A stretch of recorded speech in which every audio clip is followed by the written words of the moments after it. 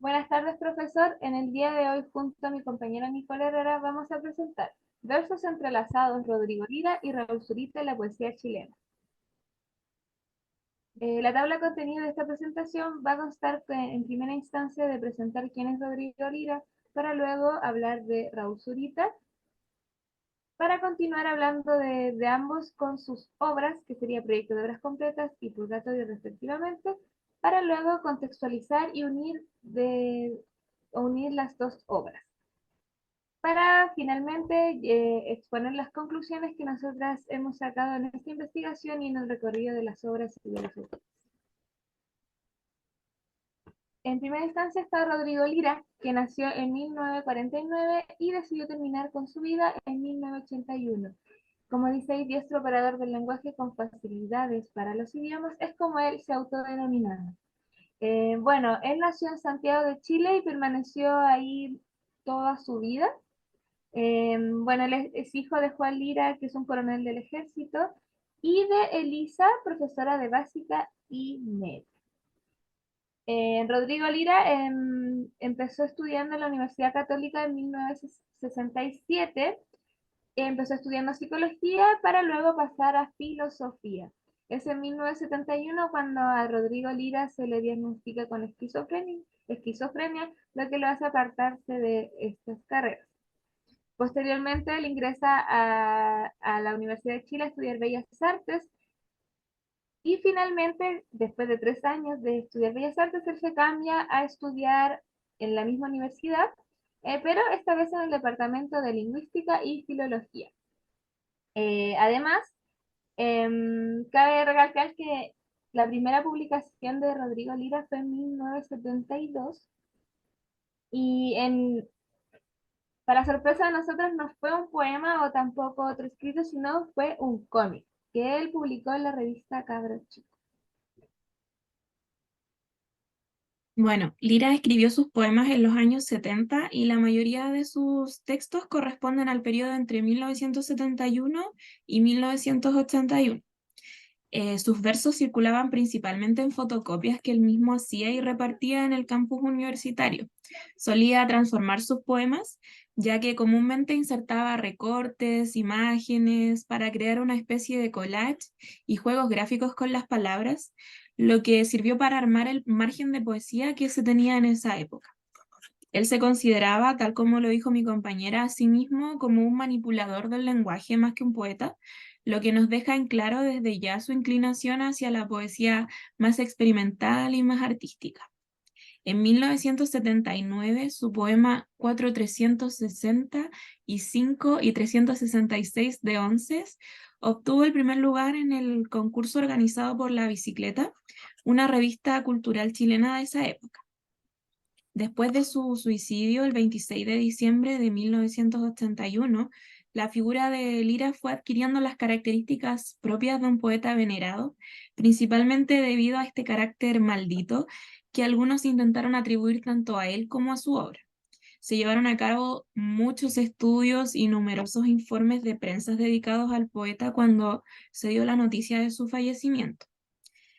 No obstante, su poesía ha comenzado a ir desvinculándose poco a poco de este mito, revelando completamente su valor y su importancia. Como indica Enrique Lin en el prefacio de su proyecto de obras completas, si el propósito de la poesía no fuera consolarnos y permitirnos soñar, sino más bien desconsolarnos manteniéndonos despiertos, Rodrigo Lira ocuparía un lugar preferente en el Olimpo subterráneo de la poesía chilena en lugar de en el escenario de la reconciliación. Pasando a Raúl Zurita, nacido el 10 de enero de 1950 y actualmente con 73 años, es obviamente un reconocido poeta nacional. Él estudió en el Liceo Las Tarrias y posteriormente en la Universidad Técnico Federico Santa María de Valparaíso, donde cursó la carrera de Ingeniería Civil en Estructuras. Fue en esa época de estudiante que él ingresó al Partido Comunista, donde actualmente sigue militando. El 11 de septiembre de 1973, día en el que se produjo el golpe de Estado encabezado por Augusto Pinochet, Zurita se dirigía a desayunar a su universidad y es en esta instancia donde una patrulla militar lo detuvo. Su primer destino fue el Estadio Elías Figueroa de Valparaíso. 4 días después, y por los siguientes 21, estuvo preso en las bodegas del carguero Maipo, junto a otras 800 personas, donde fue duramente torturado. Ya en democracia y bajo el gobierno de Patricio Aylwin, fue nombrado en 1990 agregado cultural en Roma. Por estos años también comenzó a manifestarse su enfermedad de Parkinson. En el año 2019 se sometió exitosamente en Milán, Italia, a la operación de estimulación cerebral profunda, que aminoró en gran parte los síntomas de la enfermedad. Es importante destacar esto y que Zurita padece esta enfermedad, ya que más adelante, cuando hablemos de la obra que seleccionamos de él, vamos a ver un apartado como que eh, muestra este tipo de enfermedad o la operación a la que él se sometió. En el 2001 recibió el Premio Nacional de Literatura en Chile y en el reciente año 2020 recibió el Premio Reina Sofía, y allí tuvo lugar la frase que observamos en la presentación, la cual fue parte de su discurso de agradecimiento. Bueno, el arquitecto de versos, que en este caso sería Zurita, o sea, estuvo inmerso en un Chile de dictadura. En plena dictadura fue cuando él empezó a escribir. Por eso dice el Chile de esa época era muy diferente al Chile de ahora. Entonces por eso valora que él haya escrito, haya tomado sus vivencias, sus sentimientos para llevarlos al papel, ya sea para desahogarse de forma de protesta o también para usarlo dejarlo de antecedente para las generaciones venideras. Otra de sus obras que es conocida es Canto a su amor desaparecido, que fue publicada en 1985, en la cual el autor nos hace partícipes de su dolor, de la muerte en la cual él está, si bien no la está viviendo, pero está muy cercano a ella, ya que están matando, desapareciendo a sus amigos, amigas, gente querida para él. También habla de violencia, de soledad, de todos los sentimientos que una persona puede deambular cuando se pierde a un ser querido. Y esto, retomando lo que dije del Chile de esa época, esto sería un reflejo del contexto político en el cual ellos, tanto Zurita como Lira, están envueltos. Bueno, 2 años más tarde, él retoma estos motivos en el amor de Chile, que es otra obra que él tiene, pero hay más que hablar de los sentimientos en sí, de la pérdida.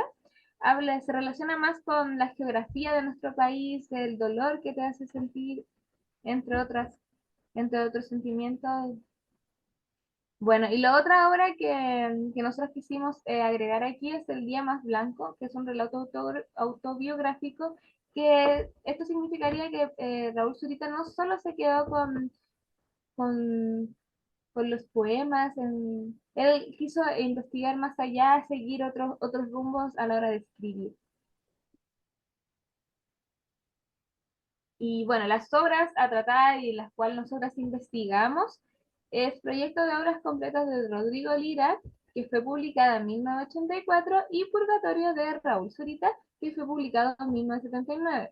Nosotras pusimos en primera instancia Proyecto de Obras Completas, ya que si bien la fecha de publicación fue en 1984, ya que fue publicada de manera póstuma, Rodrigo Lira empezó a escribir, o los escritos que están en la obra más que nada, son escritos que Rodrigo Lira empezó desde 1977 aproximadamente hasta la fecha en la cual él decidió dejar de vivir, que sería 1981.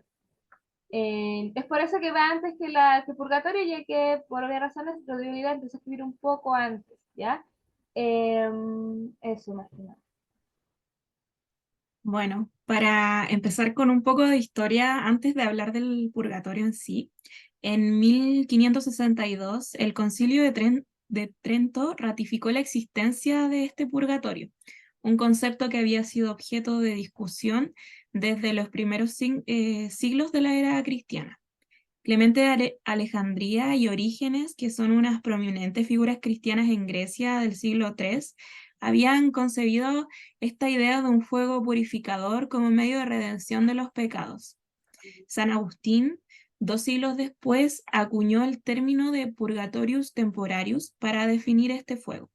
La palabra purgatorio como sustantivo surgió en el siglo XII.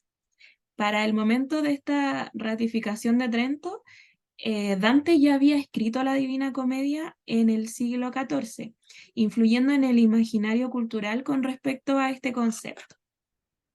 Es dentro de este contexto que esta obra fue escrita en Santiago, en Chile, en 1950, quien concibió un proyecto poético paralelo a la comedia. Sus textos Purgatorio de 1979, Anteparaíso de 1982 y La Vida Nueva de 1994 dialogan no solo con la trilogía de Dante, El infierno, el purgatorio y el paraíso, sino con otras obras del poeta florentino, como por ejemplo la homónima Vita Nuova.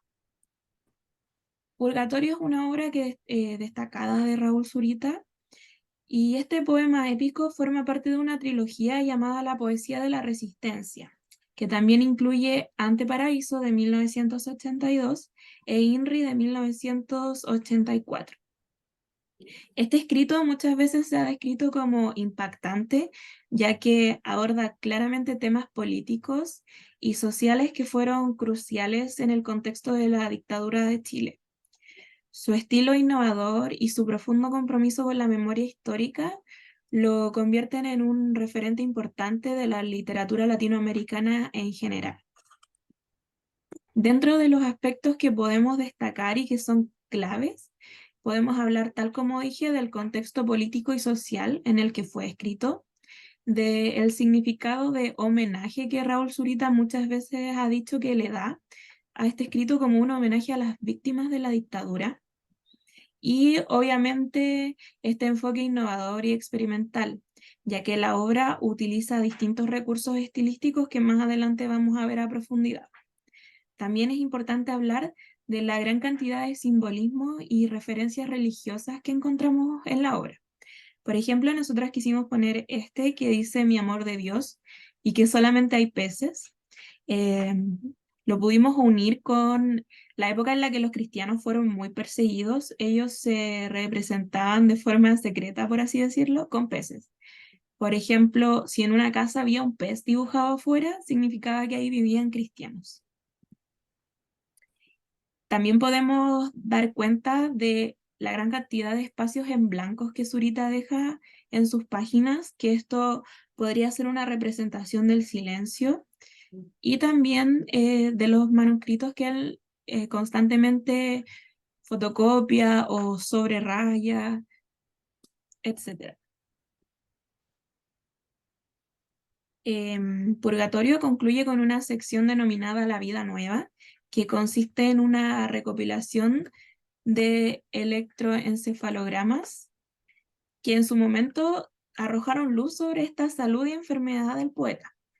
Como es sabido, los electroencefalogramas son registros de la actividad bioeléctrica del cerebro y muchas veces nos entregan información clave para detectar enfermedades leves o algunas más graves como el coma o incluso la muerte encefálica. Es por esto que lo unimos y también hicimos hincapié en la enfermedad de Parkinson y la operación que tuvo Zurita. Esta parte del libro nos trajo hartas conversaciones, ya que las dos encontramos otra diferente o llegamos al mismo punto de formas de intentar interpretar esta parte. Como Nicole al principio hablaba de lo que era purgatorio, que viene ligada a la Divina Comedia de Dante. Nosotros intentamos ligarla con eso también en el sentido de que quizás justo lo que él está diciendo, cuando él leía mi mejilla, por ejemplo, mi mejilla es el cielo estrellado, nosotros intentábamos interpretar de que quizás eso era lo que pasaba en su cerebro. Cuando él leía Mi mejilla es el cielo estrellado, que quizás se lo pudo haber dedicado o se lo pudo haber leído a Bernardita. Que Mi mejilla en el cielo estrellado y los lupanares de Chile le recuerda a Santa Juana, y eso pasaba en su cerebro, por eso él quiso poner este examen. Por otro lado, Del amor mueve el sol y las otras estrellas, que le recordaba a él, su lucha y sus amigos. Otra interpretación que nosotros pudimos rescatar sería que hace el juego de infierno, purgatorio, paraíso, y que el infierno sería mi mejilla es el cielo estrellado, o el purgatorio, que es donde les juzgan sus pecados, podría ser mi mejilla es el cielo estrellado y los lupanarios de Chile, que ese sería su purgatorio, que ahí fue donde lo purgaron, por hablar, por decirlo así, y que el paraíso para él será él, la misma lucha constante, o él y sus amigos, que son la propia lucha, o mi lucha. Entonces, esas fueron algunas de las interpretaciones que nosotros rescatamos de este final del libro. Por otro lado, está Proyecto de Obras Completas de Rodrigo Lira, que fue un proyecto póstumo que, como lo mencionamos anteriormente, ya que sus compañeros de universidad y amigos escritores tomaron sus obras y decidieron darle esta nueva vida que sería estar en este proyecto. Estas obras fueron rescatadas gracias a la madre de Rodrigo Lira, que las juntó todas y las pasó a estas personas que querían darle una nueva vida. Esta situación se dio ya que en la carta de despedida, la carta que hizo Rodrigo Lira a sus padres antes de tomar el rumbo de dejar de existir, en una apartado de esa carta aparece que si bien Rodrigo Lira no le exige a su madre o a su familia de que hagan algo con las obras, pero sí de que lamentaría mucho que solo se quedaran ahí, entonces en base a eso la madre decidió juntar todas estas obras. Como se ven aquí, el manifiesto y autocríticas uno, que son uno de los poemas que aparecen en el proyecto, se ve ya como Rodrigo Lira empieza a jugar con la forma de presentar los poemas. Esto sería como lo novedoso, empezaría ya con lo novedoso de la forma de expresar del escritor. También en la obra se ve cómo él ocupa el lenguaje de forma coloquial, en el discurso poético, que esto también sería una vanguardia ya para esos tiempos, ya que los poetas estaban consagrados de una forma específica y ya Rodrigo Lira empezaría ya a salirse de todo este paradigma. También durante la obra se puede ver cómo Rodrigo Lira tiene un humor constante que llega a ser incluso un humor negro en algunas ocasiones, y esto también sería nuevo para ese tiempo. Por otro lado, aquí él utiliza la poesía como forma de protesta, como estábamos hablando, de que él está viviendo en una época de conflicto, de esta censura, que proviene de la dictadura como tal. Y bueno, aquí hay una donde dice chirigotera de manera de liquidar a dos pájaros, como matar dos pájaros de un tiro, es lo mismo. Y ahí él habla también, hace como la alegoría entre ser cesante y ser poeta, como que él pone ser cesante y ser poeta como lo mismo, ya que podría pensarse que un escritor no está haciendo nada, ya que no está laburando, no está generando dinero, pero aquí él también, en la otra parte del poema, habla de que se dispongan los recursos, que se estime necesario, como para que también el cesante pase de ser cesante a que pase a ser poeta y que cualquiera puede escribir, como sale ahí también. Eso también es una forma novedosa de protestar, ya que ya no te quedas ahí haciendo nada, sino reproduces lo que tú piensas, reproduces lo que está sucediendo de manera escrita. Puede ser una forma de interpretar este poema. Por otro lado, con Nicole no sabemos si en la investigación que hicimos no tenemos la certeza si Lira y Zurita se conocieron físicamente, si estuvieron físicamente en el mismo lugar, si se juntaron o mostraron sus obras, pero Lira ya desde ese tiempo ya sabe quién es Zurita, sabe que Zurita existe, que Zurita es un escritor, que están en la misma, y aquí le dedica un poema. El superpoeta Zurita se pasea como un Cristo bizantino y así empieza con esto del que comentaban antes de el humor negro, de este humor punzante, de que tú, como nosotros no tenemos el conocimiento, si ellos se conocían, si esto lo hacía en forma de chiste, quiero decir un chiste interno, o él estaba criticando de una azurita y su forma de ser. En esta parte también se muestra cómo reiteramos de que Lira tiene una forma de presentar los poemas de diferente, que por ejemplo la palabra azurita la desarma, la cambia y todo, y ocupa palabras como se pajea, cosa que en ese tiempo no era bien visto en un poema, pero él intentó salir de la norma y aparentemente lo logró. Bueno, ¿qué es lo que une a ambos poetas y por qué nosotras decidimos trabajarlos juntos? Primero, y lo más obvio, es el contexto histórico y cultural. Ambos poetas surgieron en la escena literaria chilena durante la segunda mitad del siglo XX y principios del siglo XXI, y sus obras obviamente fueron influenciadas por los acontecimientos políticos y sociales de ese Chile, lo que desencadena en un fuerte compromiso político y social. Tanto Lira como Zurita han demostrado como esta fuerte persistencia en cuestiones políticas y sociales que vivieron en su tiempo, y esto se refleja en sus escritos. La poesía de ambos refleja las preocupaciones y tienen este enfoque a la crítica, a la reflexión y obviamente a la autocrítica también. Otro punto importante igual es la experimentación lingüística. Ambos son reconocidos por esto, y Lira en particular fue un poeta súper vanguardista que desafiaba como lo establecido en los poemas, tal como lo dijo mi compañera. Zurita, por su parte, también exploró nuevas formas, nuevas estructuras, utilizaba el lenguaje igual de manera innovadora, y el hecho de agregar dibujos o imágenes a sus poemas también era algo que no se veía en esa época. Asimismo, se puede ver como Zurita sí, hasta el día de hoy sigue con su compromiso político y social, ya que él sigue siendo como, no sé si un estandarte, pero él sigue manteniendo su misma línea. Él no deja de lado su compromiso político, y por eso también nombramos al principio de que él sigue siendo del Partido Comunista y entre otras cosas. Bueno, las conclusiones que nosotras hemos recopilado y hemos conversado respecto a esta investigación y respecto a las dos obras y los dos poetas como tal, es que ambos, como ya habíamos dicho, tienen una experimentación con el lenguaje poético. Lira, por su parte, experimenta con lo más coloquial, como nombraba anteriormente, eh, y con la forma de posicionar las letras ya de forma diferente. Eso ya sería la experimentación que vemos de lo que hace él. Por otro lado, Zurita, lo mismo, como hablamos, el lenguaje como tal, él ya no solo se queda con lo escrito, él ocupa los iconos que veíamos de los peces, y así suman más elementos a su lenguaje poético como tal. Y bueno, la poesía como forma de protesta, algo que vemos dentro de de la carrera de ambos escritores y de ambas obras de las que hemos hablado hoy día. En ambas se puede ver. En el Purgatorio quizás es más tangible, más al hueso, por decirlo de otra forma, pero es quizás porque nosotros ya sabemos el contexto de producción y el contexto en el cual Zurita se vio envuelto para poder empezar esta obra.